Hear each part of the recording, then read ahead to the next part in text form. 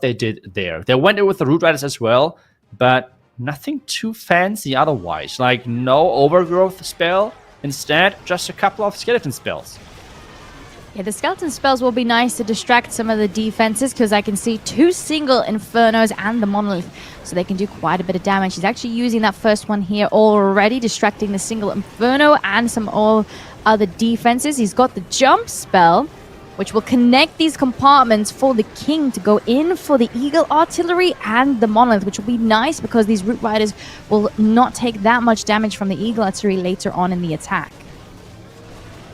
Yes, there is a jump spell for the Baron. Like, I think that's the cool thing, or like the important thing for this one, is to get your troops separate, and especially the King. I mean, the King behind the Root Riders is mainly because you have the Root Riders opening the entire compartments for the Barbarian King, and I feel like the Barbarian King is such a key thing regarding time. Like with the splash, with just the Epic Gauntlet, he is such a game changer, and on this attack it was perfect with the jump, getting him into their own compartment. That's the Root Riders, the Queen on the outside. So the split of those troops, we have actually a new and next attack, and it seems to be like just the Root Riders, but with lightnings instead of the overgrowth spell. And well, let's take a look at how this is going to work for him. Yeah, this does clear off some of the splash damage. I think we got the Ricochet Cannon and the Multi-Archer Tower, some new defenses that are available at Town Hall 16, which is mainly, I think, for funding purposes at this moment, because we're pathing towards the left-hand side with those Root Riders. They're just going to power through those walls before going for the Eagle Artillery and into the Town Hall compartment. The Warden ability protecting them, but also regaining all of their health back before they start to take down the Town Hall in the middle of this base. Yeah, but to compare it to the overgrowth option, this time all of the troops in the core are taking the town explosion damage and the poison damage right after. But Root Riders are quite tanky, so this might be not the biggest problem for them. As the Royal Champion, everything is pushing through, and right now he has crossed the 1 minute mark with quite a few defenses on the back end, so this one is not going to be as quick as maybe some of the others. Yeah, a lot of the single points here, the single Inferno there, charging up, doing quite a bit of damage there as well. Some of these Root Riders are pretty low. 1 minute 40 on the board. Queen goes to ability, gains some healers, but she will clean up pretty nicely. We're around that 1 minute 30 mark, which seems pretty average at the moment based off of the previous matches. The next one in from Einstein, and we've got the OG, we got the Gauntlet abilities, double book on the Warden. Did we have the healer puppet on the Queen as well? That can be nice for like a mini Queen charge. That's the same base again, which we just watched the replay on. Does VM yes. Legacy use the same base multiple times? I'm just confused. Like, did it This one work has in 3 tests? single Infernos though.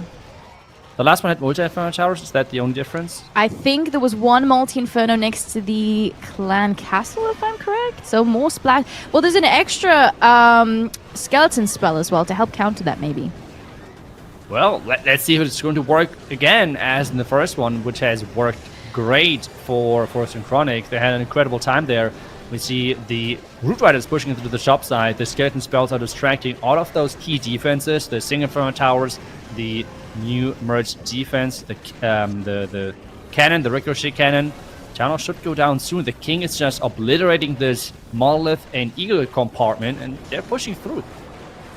Yeah, he's trying to replicate the quick attack that we saw, which was 1 minute 9 seconds. It is a little bit slower, though, from these Root Riders. They're slowly thinning out as they approach the back end here now. We're approaching that 1 minute mark. King gets a revive, is going for the scatter shot. Royal Champion gets the single Inferno. Now it is almost the same. I'm pretty sure it was really close on left up. Let's hope it doesn't happen again. General X is up with the next attack. More Root Riders.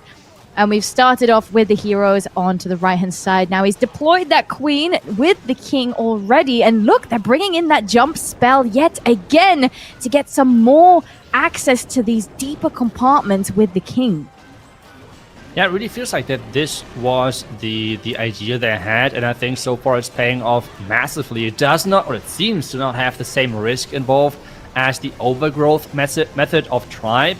And instead, with having this King jumping to the core like that as well, I think another thing is triggering and luring out the clan castle and making sure it's not stuck on the root riders is a massive thing. The queen on the other side with the healers now turning into little queen charge is really strong as well, and this attack looks really solid. Yeah, he prepped that beautifully. King cleared out very nicely as well. Helped clear out some of those defenses in preparation for his mini queen charge. With those walls open, she got the scatter shot down. She is taking quite a bit of damage here by the X-Bow, which he did have a skeleton spell to distract. Super Dragon. And the Root Riders are still going strong. There is a Super Dragon still up, though, which is going to do quite a bit of damage because it also splashes on all of these Root Riders. They have the walls open. They're on the Monolith. Those Super Minions in here as well, trying to pick off the Super Dragon. I don't think it's going to be enough, though, to get a defense, though. General X with yet